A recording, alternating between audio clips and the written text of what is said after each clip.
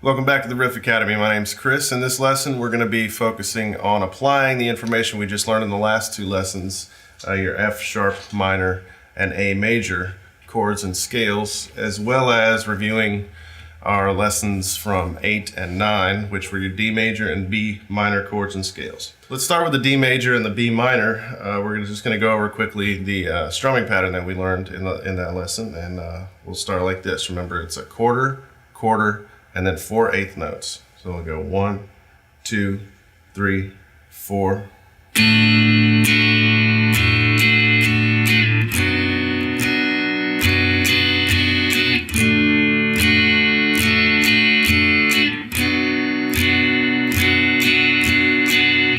All right, and that was from application 10.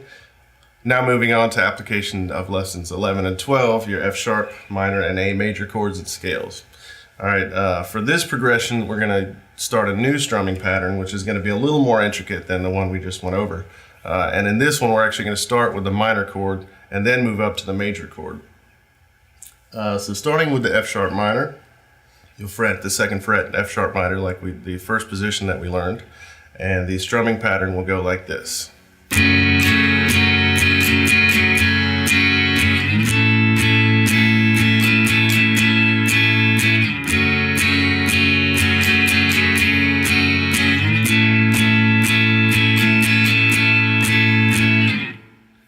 This pattern is made up of 8th notes and 16th notes. The entire time, though, you're going to be strumming a 16th note strumming pattern.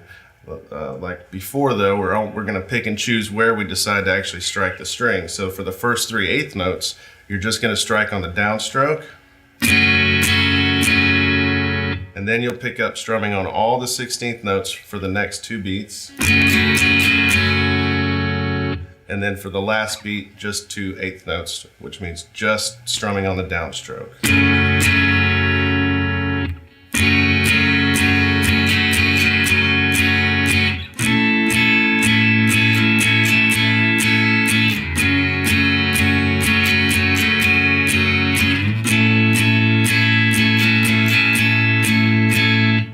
Now you could also choose to use different positions of these chords if you wanted. I chose these two in particular because the chords are made up of all the same notes.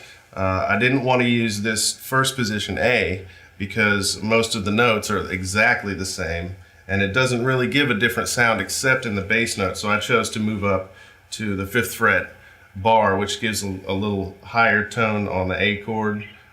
If you listen to the F sharp minor along with the first position A, you hear it's very similar sounding, but if you move up to the 5th fret A chord, you get a lot more tone qualities out of it that seem different than the F sharp minor, even though it's the same notes. All right, thanks for joining us today. Remember to practice when you're doing your scales over this stuff to use your 4-note repeating patterns, your 4-note patterns, your hammer-ons and pull-offs, and we'll see you in the next lesson. Have fun at the jam session.